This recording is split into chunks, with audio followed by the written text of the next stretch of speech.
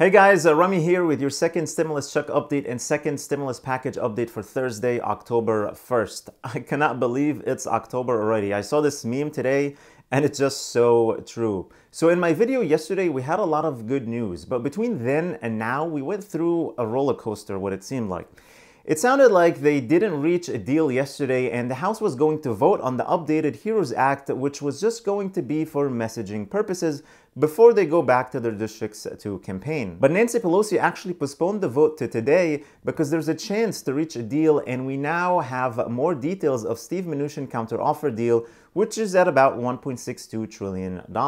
And we also have some updates from Mitch McConnell pretty much saying that he can get the votes needed in the Senate if the Democrats agree to the proposal by Steve Mnuchin. So this is very, very good news. Let's just hope it holds up. Now let's get into some of the details that we have very quickly. Just please hit the like button on the video, subscribe to the channel if you haven't already so I can update you on everything regarding the second stimulus check and stimulus package, plus more money and finance news. So yesterday started on a very, very high note and we were very hopeful that we were going to get a deal done. Steve Mnuchin and Nancy Pelosi came out of the meeting hopeful and said positive things about the conversations they had. Things took a turn though in the evening when we heard reports that the Democrats in the House were going to vote on the updated $2.2 trillion HEROES Act, but still continue negotiations somehow, which didn't make sense to me. We all know, and they also know, that voting on that bill is useless and would only be done for messaging purposes. And it was just so Democrat representatives can go back to their constituents and say, hey, look, we did our best, we did everything we can, we voted for the bill, but the Republicans said it was dead on arrival. But you know something, I think even they realize that this is not gonna cut it anymore because the people just need the money in their pockets, not in a silly bill in the Senate that's going nowhere. So the good news here is that they realized that and delayed the vote until today. And the Democrat aide said Nancy Pelosi delayed the vote to today, quote, to give further room for talks. So far, so good. And Steve Mnuchin said that he's not going to do a $2.2 trillion deal, but he said he's going for something in the neighborhood of $1.5 trillion.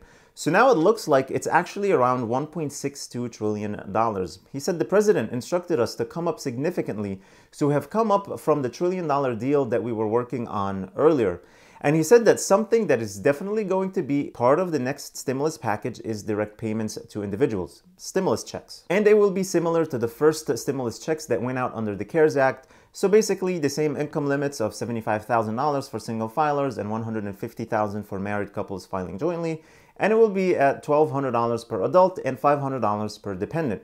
And that should include adult dependents and college students as well. People with ITIN numbers and not a social security number will probably not get this stimulus check. Another item in Steve Mnuchin counteroffer is $400 per week for unemployment that will go from September 12th all the way to the end of the year.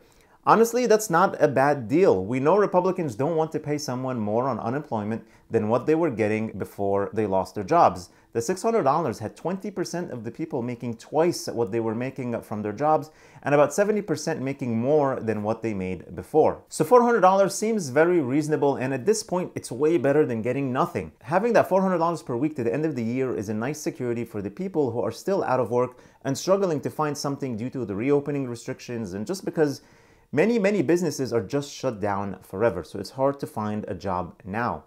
The counteroffer bill has $250 billion for state and local government, which according to several studies covers the losses due to the pandemic that already happened. So that would reimburse the states and localities for that. The Democrats kind of wanted to prepay for future losses, and that's why they had $436 billion for state and local government. So that's going to be a big part of the negotiations right there. The new proposal has $150 billion for schools, which is up from the $105 billion that both Democrats and Republicans previously agreed to, but the updated HEROES Act had it at $225 billion. So again, a reasonable counteroffer if you ask me. The Republicans went up on the testing, tracing, and vaccines. They originally wanted like $16 billion, but it looks like they're willing to meet the demands of the Democrats to up to $75 billion, which is great because honestly, the best way to get this country back on its feet is to crush that stupid virus and get it over with. There's also going to be $160 billion for Paycheck Protection Program, $120 billion for restaurants and entertainment venues, which is much needed because these industries just suffered so badly. I mean, Broadway here in New York has been shut down for so long, and they don't even think they can even think of reopening before next spring.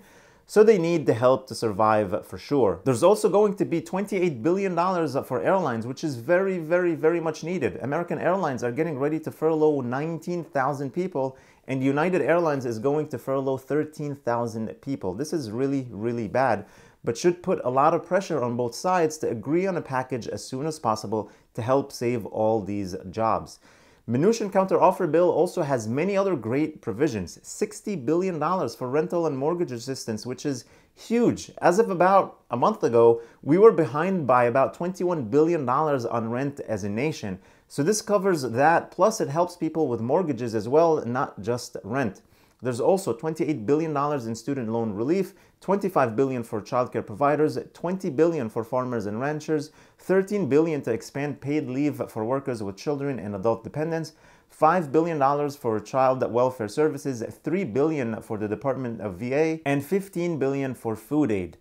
So this is just a great bill. I'm hopeful now after getting my hopes crushed last night. So we'll keep a close eye on this because this will really help the people. It has stimulus checks, unemployment, rental and mortgage assistance, money for restaurants and airlines. So this will just keep many people employed and afloat to survive this. So let's hope they finally reach a deal today. Thank you guys so much for watching. I really appreciate you all. Please hit the like button on the video, share this video, subscribe if you haven't already, and click that notifications bell to be notified whenever I publish new videos and new content for you. Also, make sure to check the new link in the description for the Yoda savings account. It's a new savings account that is FDIC insured but gives you interest with a lottery system. So if you use the link below, you'll get 100 tickets when you deposit as little as $25 for a chance to win up to $10 million. Then you'll get a weekly ticket for every $25 you deposit. I think this is the future of banking because it encourages savings to earn more chances at a winning of a big prize. Also, don't forget to get your 2 free stocks from Webull, potentially worth up to $1,600 when you deposit only $100, which is just like cash. You can take it out anytime you feel like it. All the links are in the description below. Please stay safe, stay healthy, and I'll see you in the next video.